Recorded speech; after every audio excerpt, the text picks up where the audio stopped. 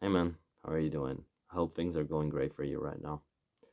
I'm still alive, I'm still here, I'm not dead. I just wanted to make this video to maybe address something that I've been I've noticed recently in my behavior, which I think a lot of people would also relate to, you know? And I feel like, just talking about it, getting it out there, even if it might reach one person, I'm happy, it's just if somebody who is kind of feeling the same thing, if they can have like a similar uh experience that they can listen to, and they can draw some kind of ideas from, I hope it helps. I sometimes get these weird feelings of dread, of negative fear, of worry, of whatever you want to call it, and it's happened before. But now that I've been dating this girl for a while now, and I don't mean to make this sound like it's a bad in any way, like, or that I have any reason to be afraid. I don't. I'm not worried. I'm not supposed to worry because there's nothing to be worrying about. Like, she's a fucking amazing girl, and I really, really love her, and I like her a lot. And she's been amazing, man, and she's been wonderful to be around, and she's been a pure beauty, to be around and to experience life with and all of that. And I genuinely think that God put her in my way because the amount of happiness that I felt, the amount of, I don't know, belonging and calmness and joy that I felt overall, being with her, it's too fucking beautiful for it to be coincidental. It's just too wonderful. So I genuinely believe, I don't want to get into religious stuff here, but I genuinely believe God put her in my way. So, getting that out of the way, I sometimes get these weird feelings of dread. I'm not sure why, but it would happen most of the time when I text her or something, and when we talk through text. I would get sometimes I would get worried when she would like answer, and like I don't know, maybe for some reason, like she would write a message, she would write some words this way and not the way that she did the past 4 or 5 days. And the change in text would just instantly get to me, and I'll be like, oh no, something's wrong here. It's not fine, and it's not okay. And most of the time, it turns out she was just busy. She just had shit to do, so she couldn't sit around and just type all day. So she just had some other things to do. She had people to be with and things to do. So, like, all of that fear and worry that I would make in my mind, like, for like instantly after seeing the message, or it just is completely and utterly pointless. It's pointless. I've always, whenever I had these fears in my mind, it's like, oh my god, she's talking like this because she's finally tired of me, because I've finally done something to take her off, and now it's only a downward slope from here, and things are gonna get really bad. I've always been proved wrong up until this point, and it's happened a few times, but I've always been proved wrong. It's always been just life happens. Oh shit, I had to do something. That's completely and utterly understandable because everybody has things to do. Everybody has a life to live. Quick tip, if you maybe perhaps you want to have a change in perspective on this whole texting and not answering, or answering in a certain way because you're doing something else. If you don't want to text somebody 24/7, or you don't want to constantly check your phone so you can answer that person's text almost or right when they texted you. If you don't want to do that, then don't expect other people to want to do that for you. I'm sorry if somebody can really love you and care about you, but they still have their own life to live, and they still have things to do, so they can't just constantly use their phone and do whatever they're doing. like just put that up just so they can talk to you and message you and answer your questions in the perfect way. You know, sometimes people have shit to do. Sometimes people have a life to live, surprisingly, you know? And if you are caught up in your head all the time, you forget that. You genuinely forget that. And I forgot that, you know, for a long time, you know, I would talk to her and maybe she wouldn't answer for 4 or 5 hours. So I'll be like, oh shit, you know, it's done, it's over, you know, I did something and it's bad. And I would just get this feeling of dread, of worry, and be like, just, okay, I'm just gonna have to start learning how to live my life without her alone now again, you know. But then she would just answer and just say, oh, sorry, I had something to do. Or, you know, she would tell me about the places that she'd been to and the things that she did. I was like, she'd show me pictures and photos, and she's like, "Holy shit, dude! I've been proved wrong for the nth time again." Because as I said, it would not be the first time that it would happen. You know, that I would be proved wrong, and that she wasn't not in fact tired of me, and no, she just had things to do in her life. You know, but that feeling of dread and that feeling of fear and worry that you might get from stuff like that, for small stuff like that,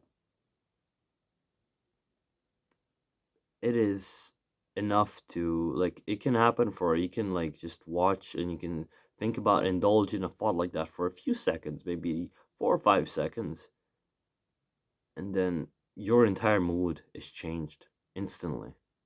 Like, you're no longer in the mood that you were before. If you just notice that she hasn't answered your text for 2 hours, and you just think to yourself, she doesn't care about me, you know, she could have just opened her phone and just texted me back or something, or just said I can't talk or something. Look, just that single thought, it can ruin your day.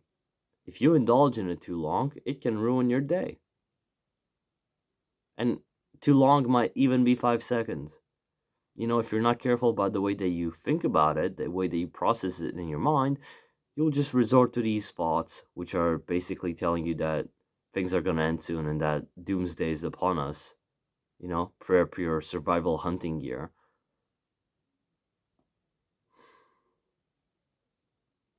You know, we have to be a lot more careful with the way that we let the thoughts that we have indulged in our minds, and the way that we let those thoughts influence our moods and the way that we interact with the world and with our own selves in our everyday lives. Because, as I told you, it's so easy to just ruin your entire day and just make it living hell for you, and maybe even for the other person. Because most of the time, after having like an episode like that,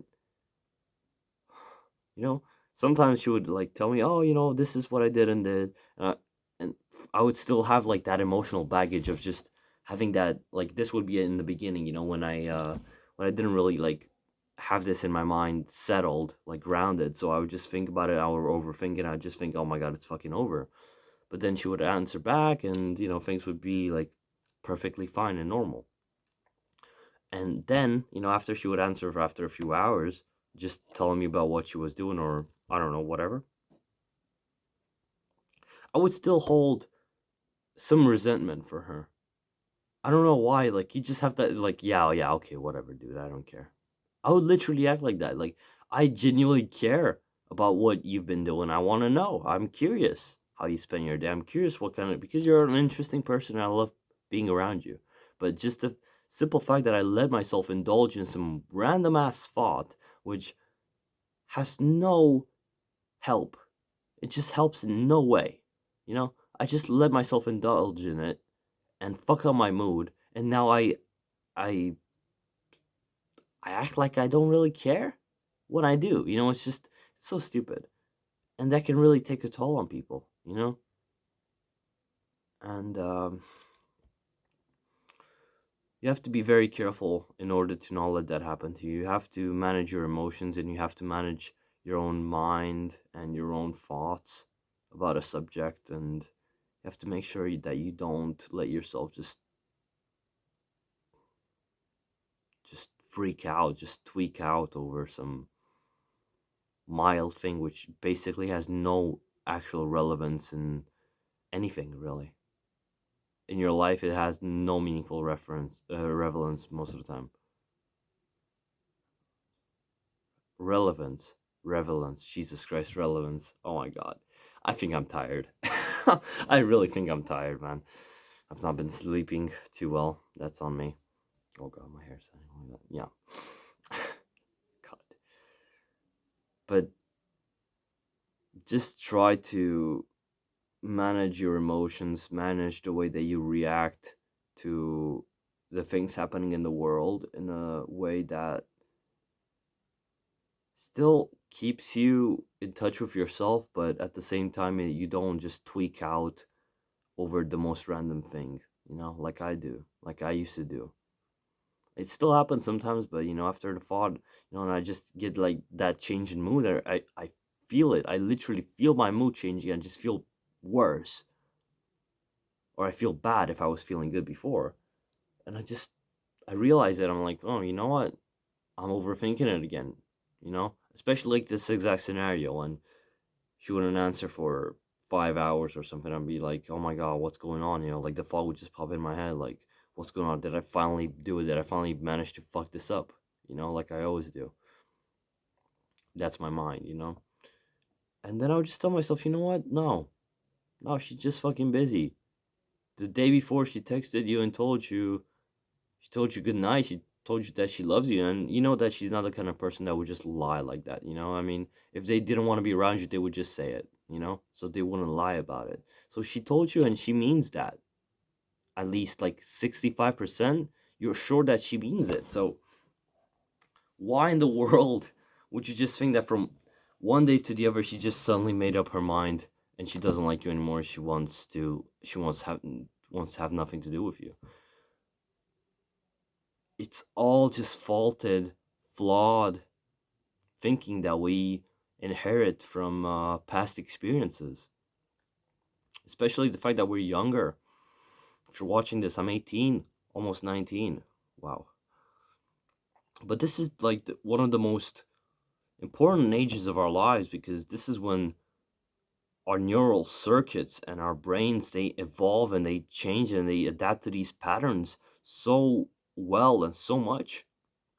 So if you were a few years younger and you had like girls ghost you or reject you, and like they wouldn't give you a good reason why, and you're just like, you believe it or not, you would be traumatized. You were traumatized in a way, but it's not just like the same kind of trauma that you feel after getting shot in the chest, or I don't know, getting a car to run over you or something.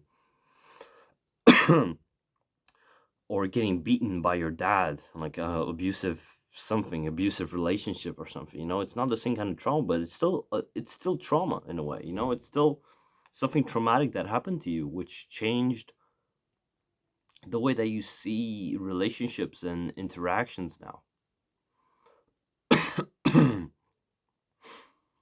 So you have to be careful, and you have to take that into account, and you have to try your best to not let that past experience and past bias cha- like ruin something beautiful that you might have now, because not all the people are the same. Not all the people are the same.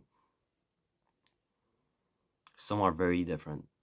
So there's a good chance that if you're in a relationship right now, if you're talking to someone or whatever it is, and you've had bad past experiences, it's a good chance that it doesn't have to happen again. It doesn't mean that just because you had shitty past experiences doesn't mean that it has to happen again. So you have to keep an open mind. You have to be open to new points of view, to new ideas, and to just accept the fact that you're not as bad as you think you are. You're not as shitty and as horrible as you think you might be.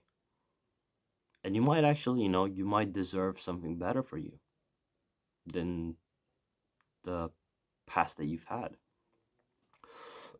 That's how it's been for me. It's been a weird journey to undertake, just thinking about this and trying to realize the fact that just because I've had shitty experiences with girls in the past, I mean, I'm not gonna blame it all on them. Look, I was really antisocial and weird, and I mean, I'm not saying I'm good looking now, but I'm like a little bit better looking than I was back then, and I was really bad looking. It's just it's like all these factors, they just led up to me being rejected by all girls basically. Like I didn't really have any girl that said, "Yeah, you know what? I like you and I want to be around you," and that I also liked. Because sometimes you get like the weird random person that likes you that you have no tangency with. Or maybe that's just me.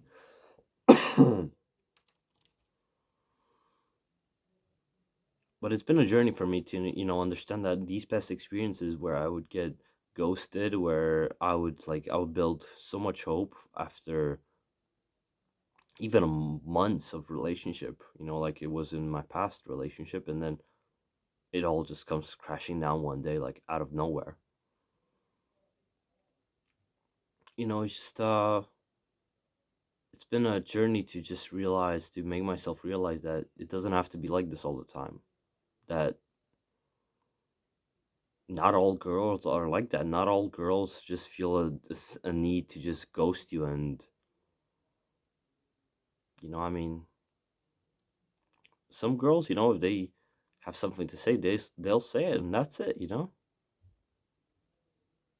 But you have to hope, and you have to like let yourself have some sense of faith into people, and to just give them hope, and just try not to make huge expectations. And you might be all right. You might be all right.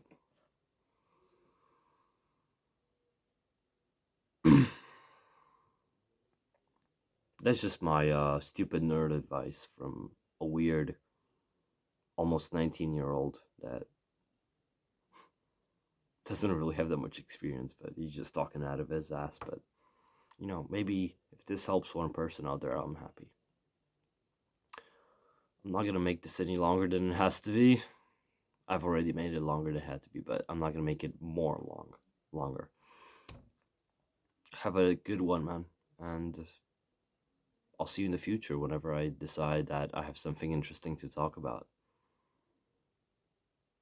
Take care of yourself. Take care of your loved ones. Stay healthy. Stay strong.